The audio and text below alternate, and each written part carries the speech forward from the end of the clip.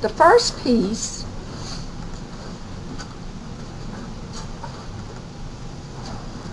we have three eras that we cover in here.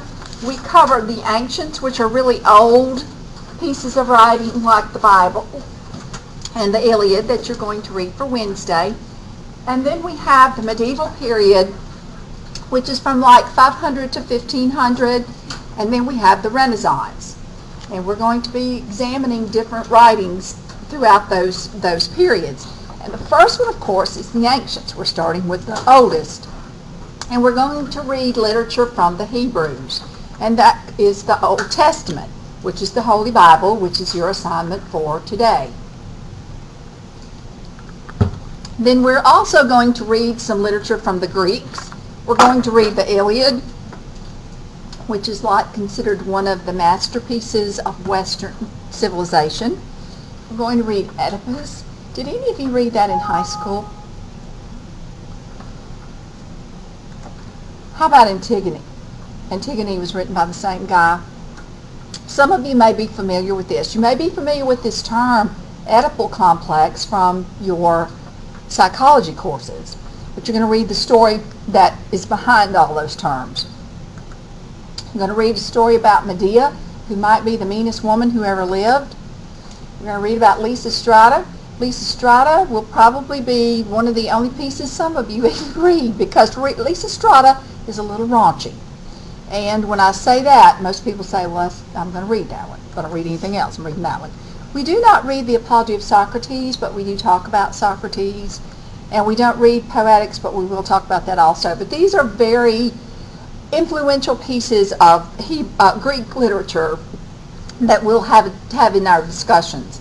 And then from the Romans, we're going to read the Aeneid, and we actually won't read the Aeneid, but I will give you some background information on it, because that is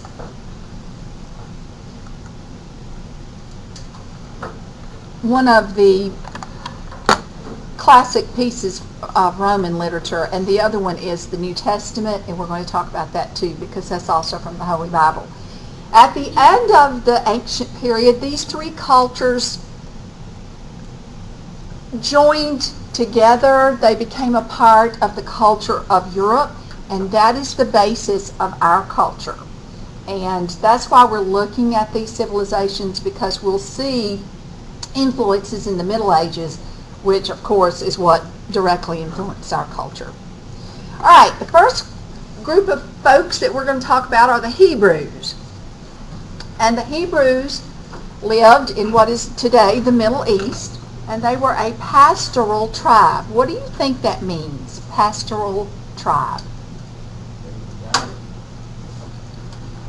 I'm sorry, can you say that again? I'll just take me that was a guy that was probably about like a power, somebody in power. They definitely were. What does that first word, pastoral, sound like? What does it? Pastor? It does sound like pastor. What else? They were led by religion, and they were also a tribe that moved around because they had animals that they needed to feed. So they would move around, and they didn't really have a place to live. They had some land that they kind of called their own, but they really didn't have a kingdom or a country until King David and Solomon. Have any of you ever read the Psalms from the Bible? King David wrote those. And the Hebrew people appealed to their God, and they said, you know what, we want a king. All these people around us have a great king. He said, I'm your king. They said, yeah, but we want a king here on earth.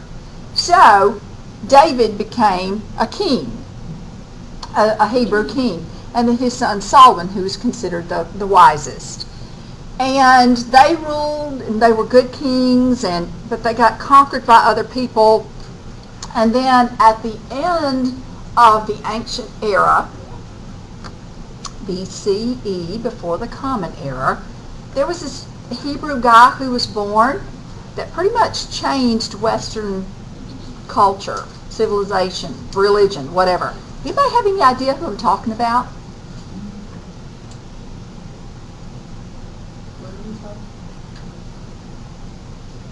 A guy who was born at the end of the ancient period. He was a Hebrew. Jesus. Yeah, that would be Jesus. Absolutely. And during the time of Jesus, the people in that region, the Hebrews, were ruled over by the Romans. They were under the Romans. And I want to show you, this area over here is Italy, and this is Greece, and this is it is Nile River. It is, this area in here is the Middle Eastern region where the Hebrews settled. And at the time that Jesus was born, the Romans owned all of this real estate, all the way over here. So they were a vast and powerful empire. And they were ruling over the Hebrews as well. And the Hebrews, like everybody else, didn't much like that. But there wasn't a whole lot they could do about it. But they did try. They kept revolting. And the Romans came in and said, if you do that one more time, we're going to kill all of you. So many of them left. They scattered. They did destroy. The Romans did destroy many of them. And that was called the diaspora, which means they scattered. They were no longer had that homeland. And they remained homeless until 1948. That was after World War II, and they came back and reclaimed that land. But it caused some problems. Why do you reckon? Yeah, there were other people living there. So since they reclaimed their land, there have been wars and disagreements about who owned that land. And to this day, they're still arguing over that. All right, we read from Genesis. Genesis is the first book. It's the beginning of the Holy Bible, the Old Testament. It's also the first book in the Torah, the Hebrew, Jewish book. And you don't have to write all of these down, but I'm going to explain them to you, and I'm going to tell you the ones that are important. And the first one is important. What made them unique is that they believed in one God. Just about all the cultures and civilizations around them believed in multi-gods, and all these gods had different purposes. The Hebrews believed in one God who was all-powerful, and he was just. He showed mercy to people. And many scholars believe that this book was written down after the Jews were liberated from Egypt. You remember when Moses went down and said, "Let my people go," and the Pharaoh released them finally. Well, Moses said, you know what? A God this powerful needs to be known to everybody. We need to write down our history. So many scholars think that's when the Bible was written, the Exodus was written. And they believed that a God who could liberate them from the most powerful man on earth at the time, Pharaoh, was a powerful God. And they wanted to share that information. It's the first book in the Old Testament, and it's the story of the Hebrew origins. This is another reason we read it, and this is important. It has influenced Western civilization through art, literature, legal, and social traditions. It was the basis for the foundation of Western civilization by the end of the Middle Ages. By the time the Middle Ages ended in 1500, Christianity had spread throughout most of the continent of Europe, and it was the cultural and philosophical foundation of the Europeans. And that, of course, influenced our culture. And when we read these stories, we always look at what the author's trying to tell us. This book talks about this all-powerful God, and it has themes of his power, his forgiveness, and his love. And that is why, another reason why we read it in literature. We look at these themes that these people base their beliefs on. you had to read Genesis 1 through 3, and that's the story of creation. And according to this story, God created man just by saying, let there be. He created everything. And his most wonderful creation was people. And he told these people that he would make them a powerful nation. And this is the picture or painting from the ceiling of the Sistine Chapel by that guy named Michelangelo during the Renaissance. Then you also had to read about the fall. And God told people, he told the two people that he created, Adam and Eve, they could do anything they want, they could eat anything they want, except the forbidden fruit, the tree of knowledge and life. And he said, if you do, you're going to die. Well, most scholars think that he didn't necessarily mean a literal death, but a spiritual death, which is a separation from God.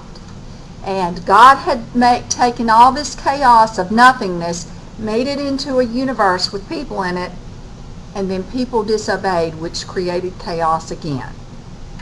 So this disobedience is what causes all the bad things in the world.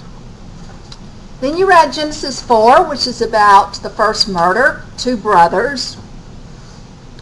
And it tells us about how sin, again, alienates people from God, but it also talks about God's mercy. That's one of the themes of this book.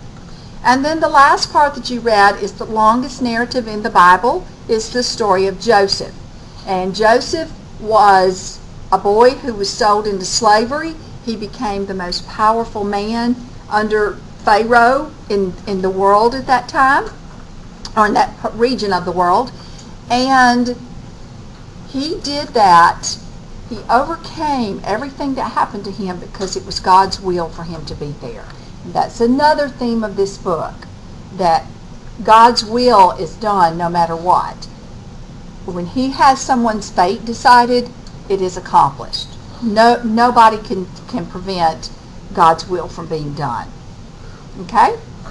Any questions about, this is some more artwork from the story of Joseph throughout the centuries. All right, do you have any questions about that? All right, what you do every week, you do this for your grade every day, is you have questions that you will answer together. And I don't take these questions up. I come around and see that you are answering them. Each person in the group writes down your own answers. You will use these to help you prepare for tests. And I don't take them up because of that. So we're going to spend about 15 minutes answering these questions, and then we'll talk about them, and then I will give you the information that you'll need for your journal, because you'll be keeping a journal and turning that in about the different stories. So the first questions you have here are from Adam and Eve, and you can answer those, and then we will discuss them. I'm going to give you about 15 minutes. Please turn in your books to page 117. That's where Genesis, the story of Genesis, begins in your text. 117? Yes, sir. After the Israelites were delivered from slavery in Egypt, their leader thought it was a good idea to write this story down, because they said, this God who could deliver us from slavery surely created the world and created us in his image, and we need to write this down and preserve this story. So, the beginning, God said, let there be. And he created everything according to his story. And he made two people, Adam and Eve. He said, you can do anything you want to. You can eat anything you want to. They had a great life. All they had to do was pull the dead leaves off the vines. You know, they had a wonderful life. Until what happened? They what? They ate the fruit from the forbidden tree. Why did they do it? And it was temptation to do evil. It was tempted by the serpent. Okay, they were tempted by the serpent. So what was the serpent's role in this story?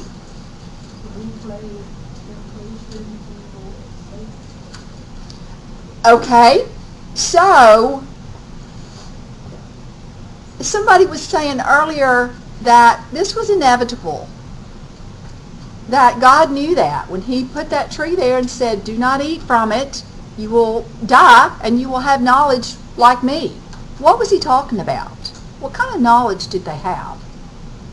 I said they was innocent, but once they from the fruit, I mean, ate the fruit, they became the knowledge of good and evil. So you know what's right from wrong and your actions. Now you're accountable for what you are doing. And we were talking about this over here, that concept of free will. People were free to choose, and they lost their innocence by being disobedient. Now, do we still, I don't want to say we, because when I say that, that means that everyone, I'm assuming everyone is a believer in this text. Do people who believe in this text still blame everything on the serpent? Yes. Why? He's the scapegoat. Because people don't want to be accountable. That obedience thing, that free will thing, people don't want to be accountable for their own actions. Okay, so what happened to these people when they disobeyed? They kicked out of the garden. They were no longer living in paradise. What was the man's punishment? To work. Yeah, and God said the earth's not going to be cooperative with you. You'll have to work and sweat the rest of your life. What was woman's punishment? Seal pain during her. Well, yeah. Sharpen Yeah, and a lot of scholars think that that's not only during childbirth. There are probably half of you in here who will never experience that, but it's over. Now, don't raise your hand when I ask this question, but how many of you have ever made your mama cry? I said don't raise your hand. Okay, and that's what most scholars think the pain is, forever. Mamas always suffer pain in child rearing. They always worry about their children. They're always, feeling bad about things for them. Okay, so when they were kicked out of the garden, did God forsake them? No. And that is one of the themes of this book. There is this God in this religion, this one God who is all-powerful. He created the world. He released the people from the slavery. But he expects people to live a perfect life. But this God knows that it isn't possible. He gave people free will. He gave people mercy. He forgives people. And that's the ultimate appeal of this religion, is the forgiveness. That people know they can't lead a perfect life, but this God will forgive them and show mercy to them. All right, so Adam and Eve had two boys, Cain and Abel. Oh dear. And what happened? Cain was not jealous of Abel Why was Cain jealous of Abel? because Abel got his father's what's it called? Yeah, birth. No, God chose favor on Abel. Yeah, that. Abel gave the best. When he gave his offering, he gave the very best. Cain just gave, I'll give that old crippled lamb over there. So God appreciated his offering because he gave the best. So Cain was very jealous, so he took him out and killed him. And on page 121, God said, "Where is Abel, your brother?" And Cain said, "I do not know. Am I my brother's keeper?" Why did God ask him that? Okay, so why did he ask him? You wanted to see what Cain did?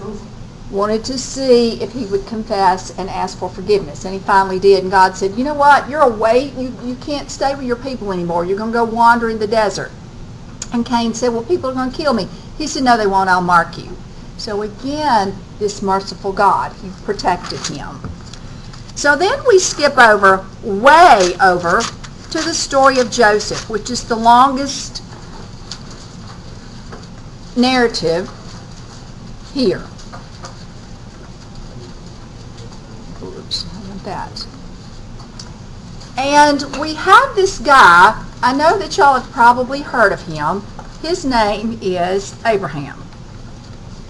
Father Abraham, y'all heard him? Okay, he was married to this woman named Sarah.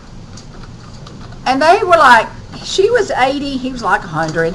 And God said, you know what? I'm going to give you a child, and his descendants are going to number more than the stars, more than the grains of sand.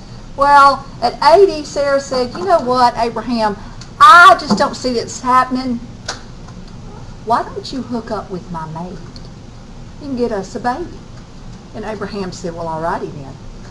So, he did. He hooked up with Hagar, and they had a boy. Who said that? What was his name? Ishmael. Okay? Now, during this time, the oldest son inherited everything from his father. Okay? So Ishmael set up to be the heir. But then God said, Abraham, why are you being hard-headed? Why didn't you listen to me? And Sarah had a baby. What was his name? Isaac. So, what did Sarah realize about what Isaac would inherit?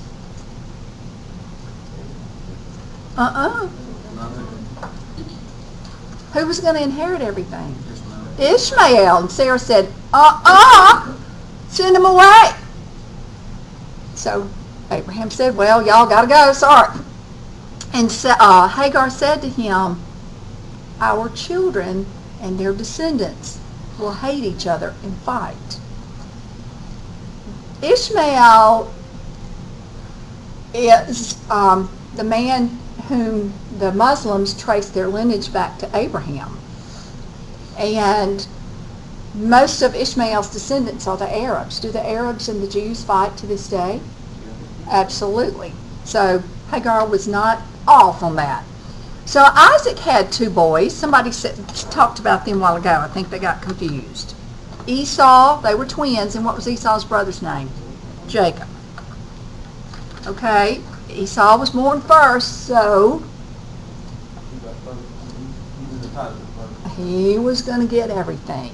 So he'd been hunting one day, and he came home, and he said, I'd give anything for a bowl of stew.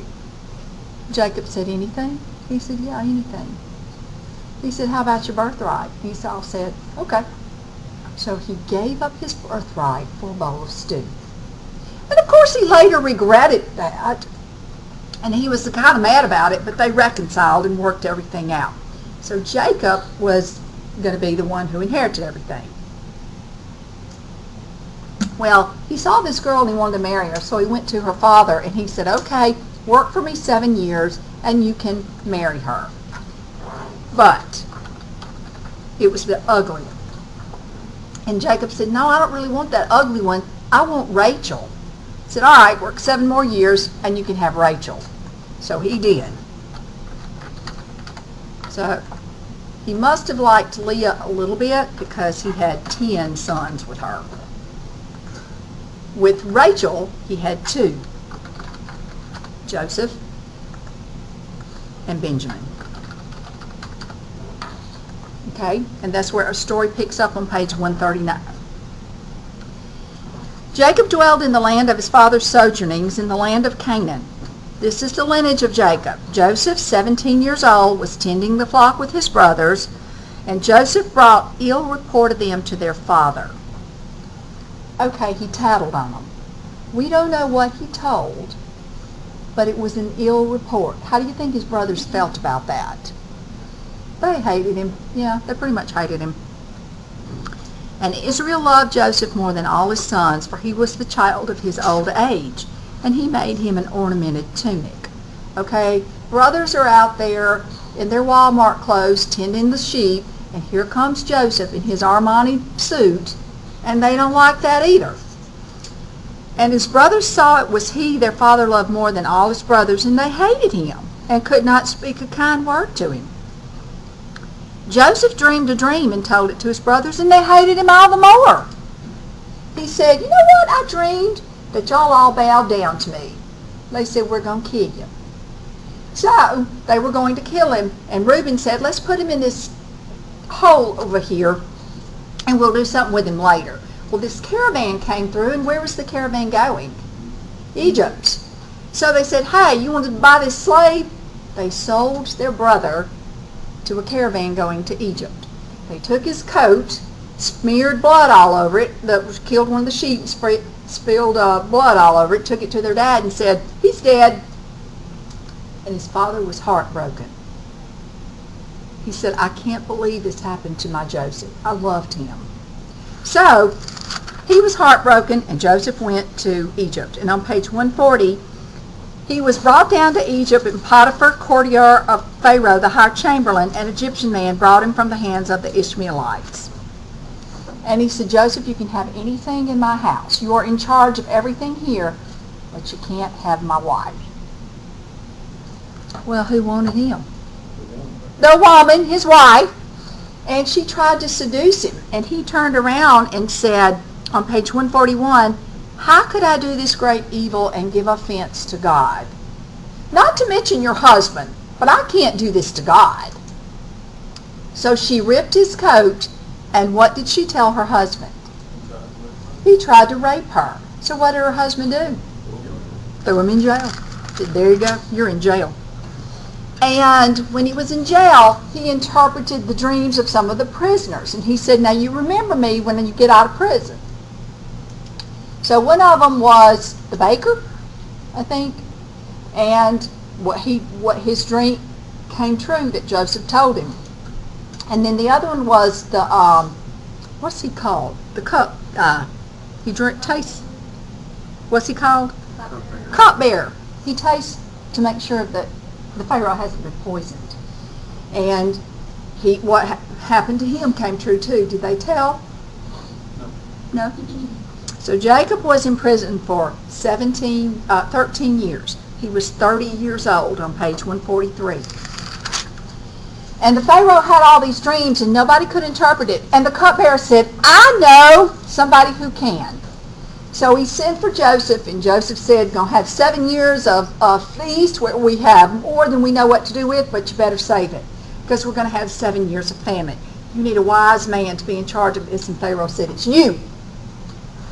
So he was the second most powerful man in Egypt behind the Pharaoh when he was 30 years old. Well, the famine came. His brothers came up there, and they bowed before him. They didn't have a clue who he was, but he knew them. And he said, "Hey, here any more of y'all?" They said, "Yeah, we got a younger brother, but our daddy wouldn't let him bring him." He said, "How is your daddy? Your daddy doing okay?" "Yeah, our daddy's fine." So he gave them the grain, put their money back in there, and sent them home. And when they got home, they realized the money was in there, and they were afraid. They said, "How did this happen?" And they told their daddy, "Well, he did tell us one thing. If we ever have to come back, we have to bring Benjamin." And father said, "No. I lost one son that I loved. I'm not going to lose this son too." Well, turns out they ran out of food again, so they had to go back. What did their father tell them about Benjamin?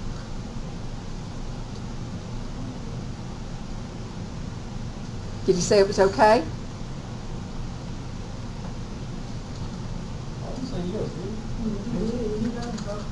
Well, he had to.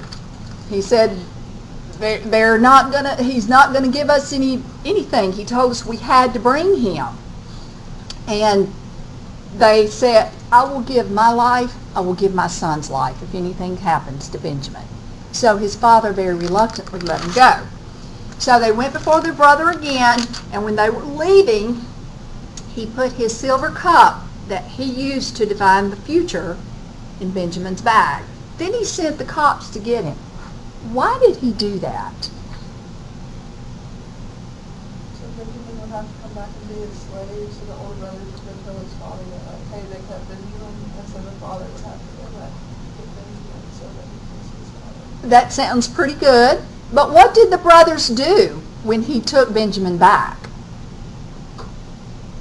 When Joseph said, he's got to stay here, I got to put him in jail.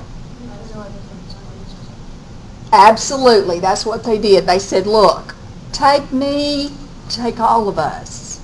Why did they do that? They didn't want their father to be heartbroken again. So why did Joseph do that? Same, I guess, to get back at them what they did to him. Not get back at them. Test them. Test them, absolutely. He was trying to see if they had changed. They told their father he was dead, and they sold him to Egyptians, or a caravan going to Egypt. They didn't care how it affected their father.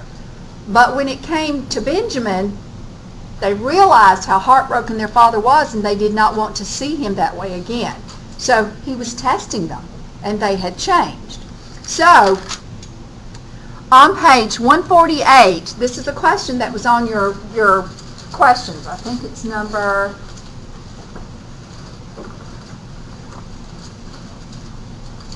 5, maybe? Yes, number 5. This passage will be on your test. So it was not you who sent me here, but God. What is Joseph telling them there? It was God's plan, it was God's will, it was like it was going to happen. And what is the significance of that to this overall story that you've read? God's plan is always going to manifest regardless of what happens. Absolutely. God has people's fate decided. And it's going to happen. God's will is going to happen, and nobody can stop it. That's one of the themes of this story, that God's will is always done. Now, why do we read these stories in world literature? You've read this article. We've talked about it. Why is this important? How? She said massive influence on Western culture.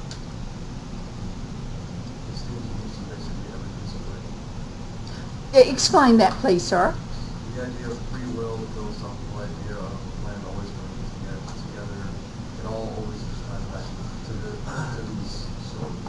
Everything since the Bible is basically coming from the same text. Okay, it has affected literature. All right, what else? Why else would we read this? I would just say for a sense of hope and peace. You got the literature is tied back to it. To when you think about, like, yes, you're going through something like Michelangelo, you're doing something, you tying it back to this. It's getting weary just to say the plan is going to manifest. I don't know how, I don't know when, but it will come to pass somehow to just benefit mankind. That would be a religious viewpoint. So we can't read it in here to know God's will is going to happen in my life somehow. Yes? Well, that it helped shape the Western morality and laws that we follow, so it's probably also pretty good. It did. This foundation of this Old Testament was widespread by the end of the Middle Ages. They being the Europeans, had adopted Christianity as their religion. And it shaped the morality, the laws, the whole cultural system of values was based on this book. And it's based on this belief in this God that if you follow him, there's going to be you're going to get a reward, a better afterlife. In this article that you read, it gave examples. One of the examples that I remember most vividly is Dr. King at his march in Washington. And it says, the article says, in his speech, he said, "We will not be satisfied until justice rolls down like waters and righteousness like a mighty stream." That comes straight from the Bible. You see it in many, many references. And it has affected and shaped Western culture. Whether you are a believer in this or not, you can recognize its appeal and its influence in so many different ways. All right, do you have any questions about anything that we've read? All right, you have a journal assignment, and I'm going to put that down for a second.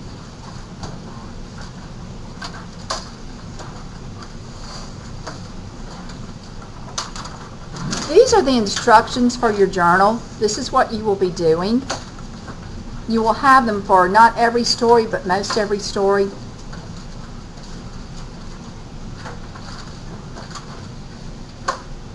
And I'll give you a prompt, and you will respond to the prompt, and you will write in complete sentences. You will start with a thesis statement. You don't need to start with an introduction and all that. Just start with the thesis statement. What are you going to tell me about? And I do count, for spelling and grammar and all that kind of stuff, because it's not a rough draft. You have time to correct that. Your response should have a thesis statement. Your details should explain the points that you made in the thesis. You should provide examples to support your thesis. Words should be spelled and used correctly, correct verbs, and don't have run-ons or fragments, okay? So you're going to make a thesis statement. You're going to respond for it, explain it, and give examples, and pretty much that's it.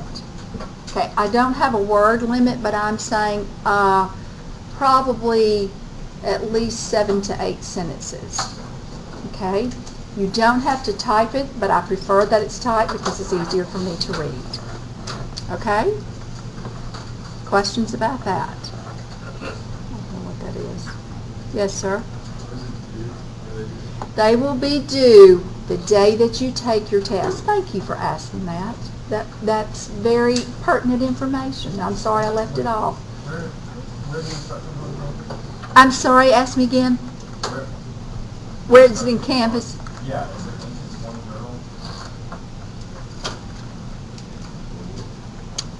journal? Probably. Yes. So, here's the one from today. Why are the passages from the Hebrew Bible included in readings in world literature? You're going to have a thesis. We read about the Bible in world literature because. And then you're going to explain that and give examples. You can use information from this article, and you can use information from our discussion. All right? All right, the other thing I want to go over with you is you're going to read the Iliad for Wednesday.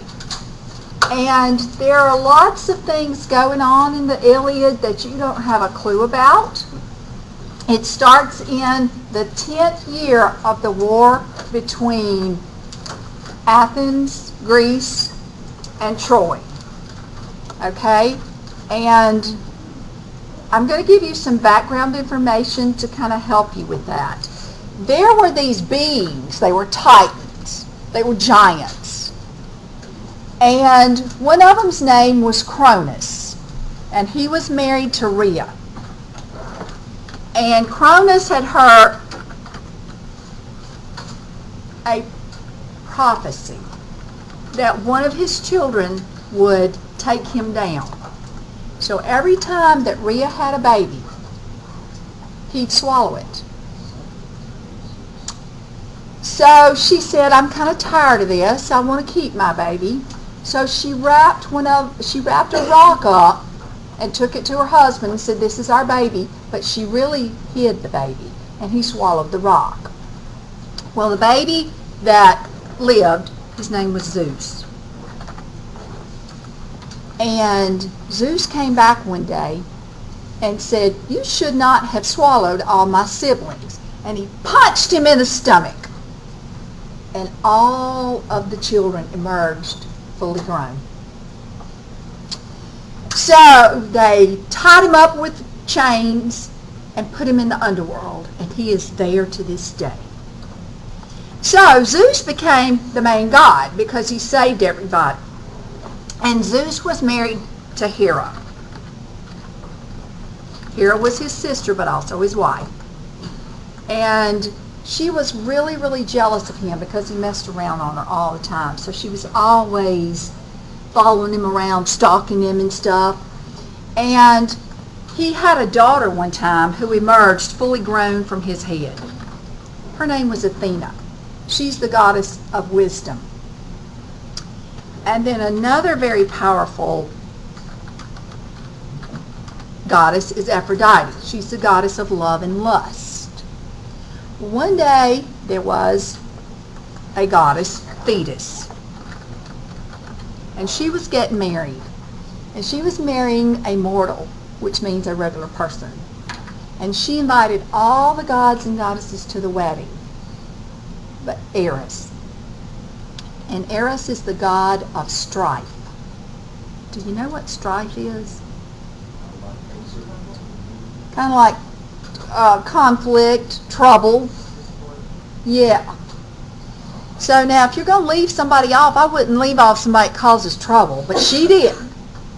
So Eros showed up anyway and had an apple and threw the apple into the reception and said, "This apple is for the fairest."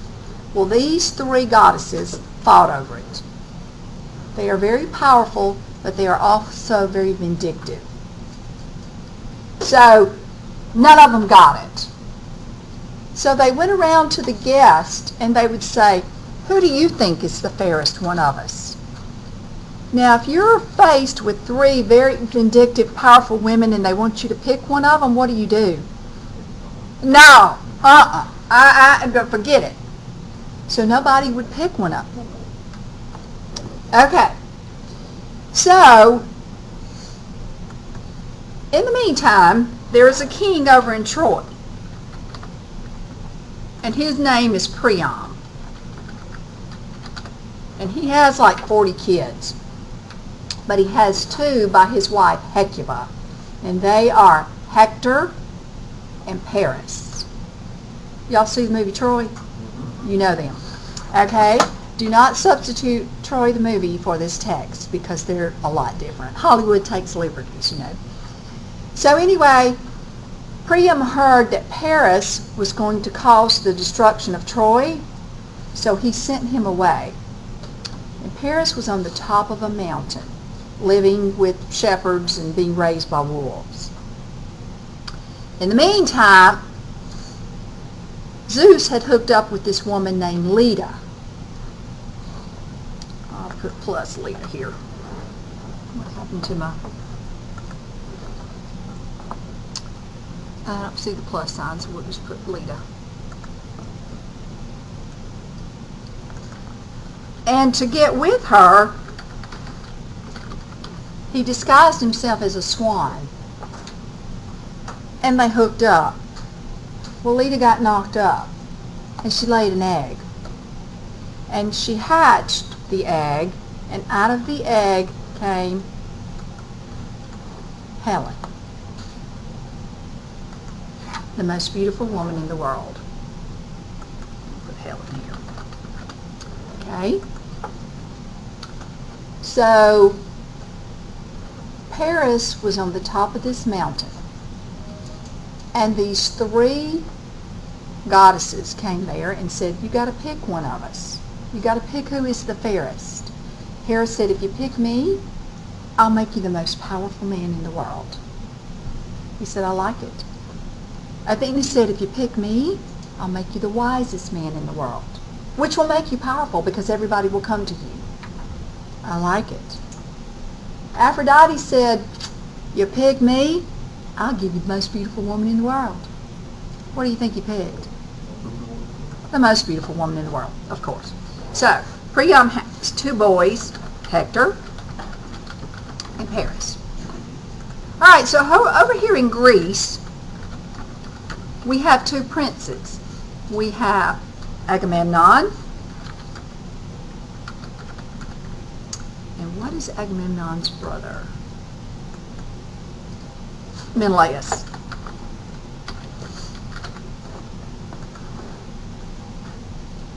And Menelaus is married to Helen. So Paris goes back to Troy and he says, "I'm back and I'm going to go on a diplomatic mission to Greece." So he goes over there and meets Menelaus They wine and dine him, and Menelaus says, I've got to go. I've got to take care of business. So he says, okay. And when Paris leaves, he takes Helen with him. And we don't know if she went willingly or he kidnapped her. There are different versions of the story. But anyway, she went with him. So Menelaus got back and he said, he took my wife. He has dishonored us. We can't put up with this. Come on, brother, we've got to go get my girl back for our honor. Her face is the face that launched 1,000 ships, the warships that went to get her back, and that started the war. And you are coming in the 10th year of the war. Okay, it's been going on for 10 years. And there is a guy named Achilles. His mother is Thetis, the one that married the mortal. And he fights for the Greeks, but he is not Greek. But he is the greatest warrior in the world. And he likes to fight. So the Greeks need people to help him, so he signed up. He said, I'll help. So those are the characters that you will be seeing in your reading. You don't read the whole Iliad for Wednesday. You just read half of it. All right? You got any questions about the background here? All right, go in peace, and I'll see you on Wednesday.